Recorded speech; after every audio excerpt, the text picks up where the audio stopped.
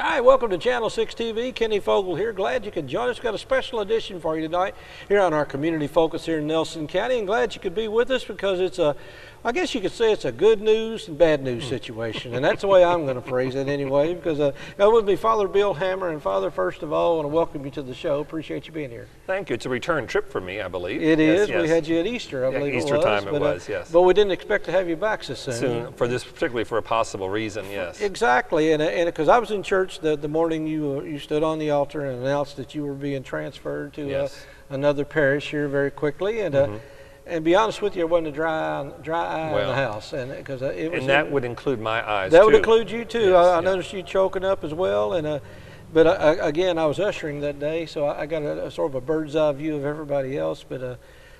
I don't think we consider that happy news, and I don't know, maybe some people where you're going, mate, but we sort of consider that sort of a sad day in Nelson County. Well, it was a sad day for me also. Now, the Archbishop, I know at several other public meetings, has developed this kind of line, and he's one to sometimes use something more than once if it's a good story. And my replacement coming here is Father Terry Bradshaw. And Father Terry is originally from Lebanon over in Marion County. That's where a lot of his family live. Right.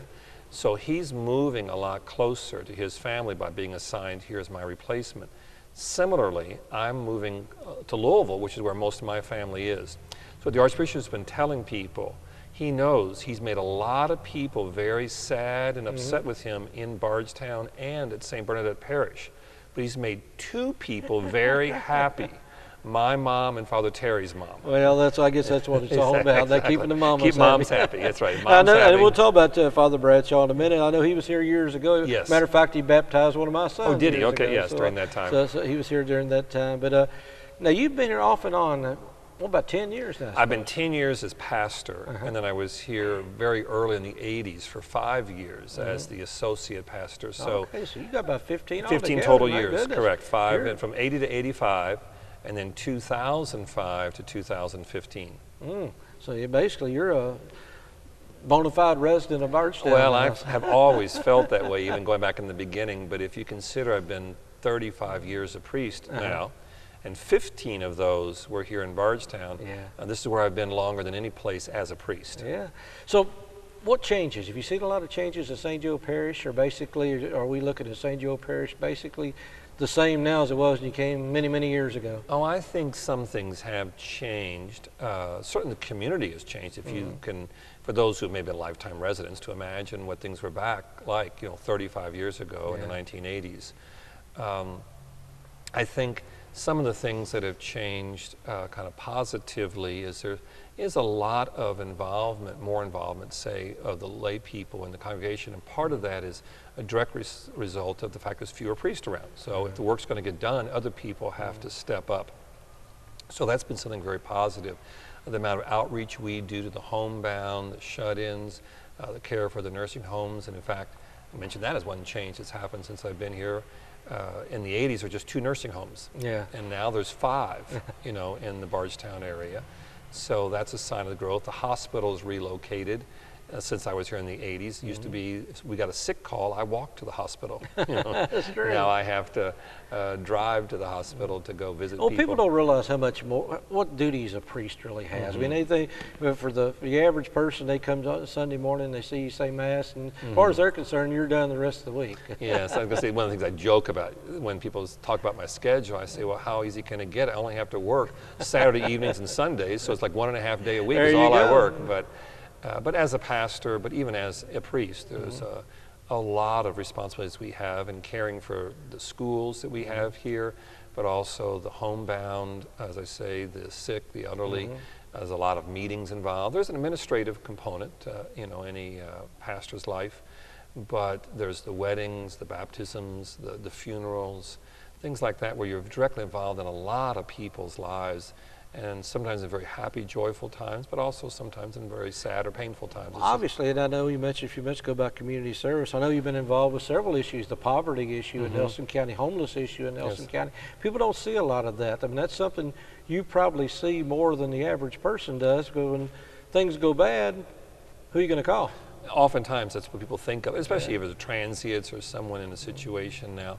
I'd like to think that hopefully people will consider the church as one kind of confident source of care and compassion and outreach if you're in need. And not just St. Joe's Church, but I think all the different denominations here in Bardstown, people understand that they, if they have a need, that people who are followers of Christ, his disciples, are going to try to do the best they can to respond to that need. But yes, we have our doorbell ring at all kinds of times of the day, and it doesn't happen with great frequency, but it's not uncommon. We get doorbells ring at 2 in the morning, 3 in the morning. Somebody's on the road in trouble, or sometimes it's on a weekend, and a lot of other places are closed. So the church, they know somebody's always here at the Catholic Church. So. And you've got to have a lot of skills, and obviously I'm sure you learn a lot of this in the seminary, how to be a counselor, how to be somebody that takes care of problems that the average person may not be aware of what problems they have. I mean, Well, in seminary formation, they do work with us in things like called pastoral settings, where we go through like an apprentice period.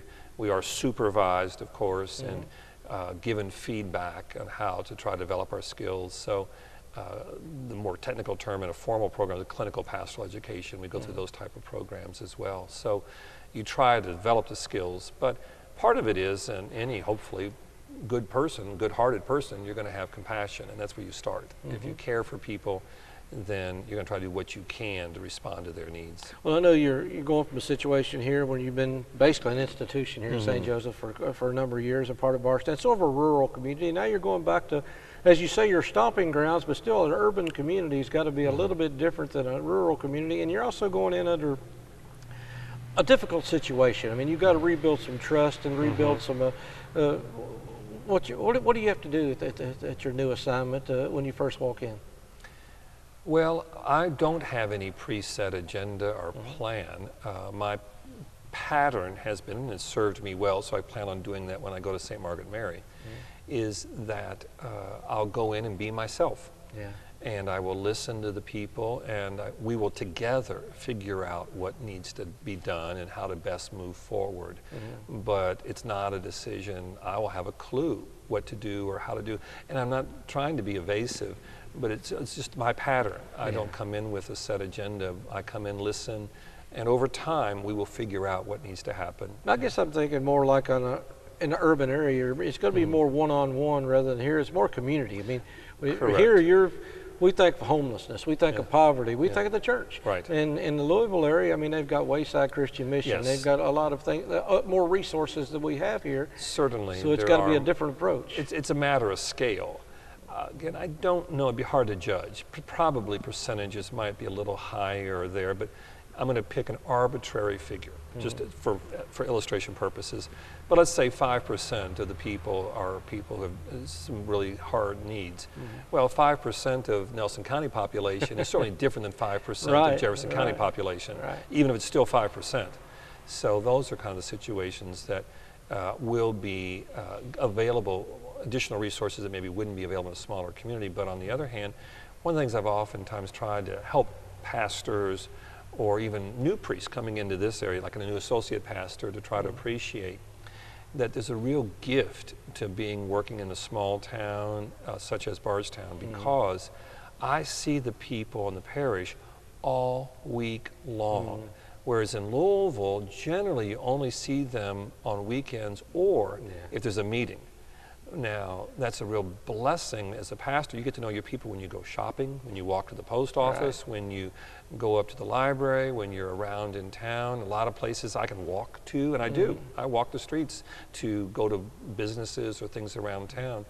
And in Louisville, you're almost always going to be driving, and you're kind of more isolated that way. But that's a real blessing that comes with this kind of a community where you get to know people much more quickly because you just see them all the time. Well, getting into the church just a little bit, I mean, just recently the Pope came to visit, and I know I've heard you mention this, and Archbishop Kurtz has both mentioned as well, the Francis effect. And what exactly is that? Well, from what I have picked up from just listening to people, I think a lot of people in the community, and not just, again, the Catholics, I think a lot of people in the larger community were particularly drawn in by his humility, and his genuineness. And so a lot of people were listening and watching, at least on certain channels, nearly 24-hour coverage. It was. On certain channels, but also to see the news highlights or the other type of capsules that were coming out, you know, in the regular news broadcasts that were happening on cable or on the typical local broadcasts. And people were genuinely interested.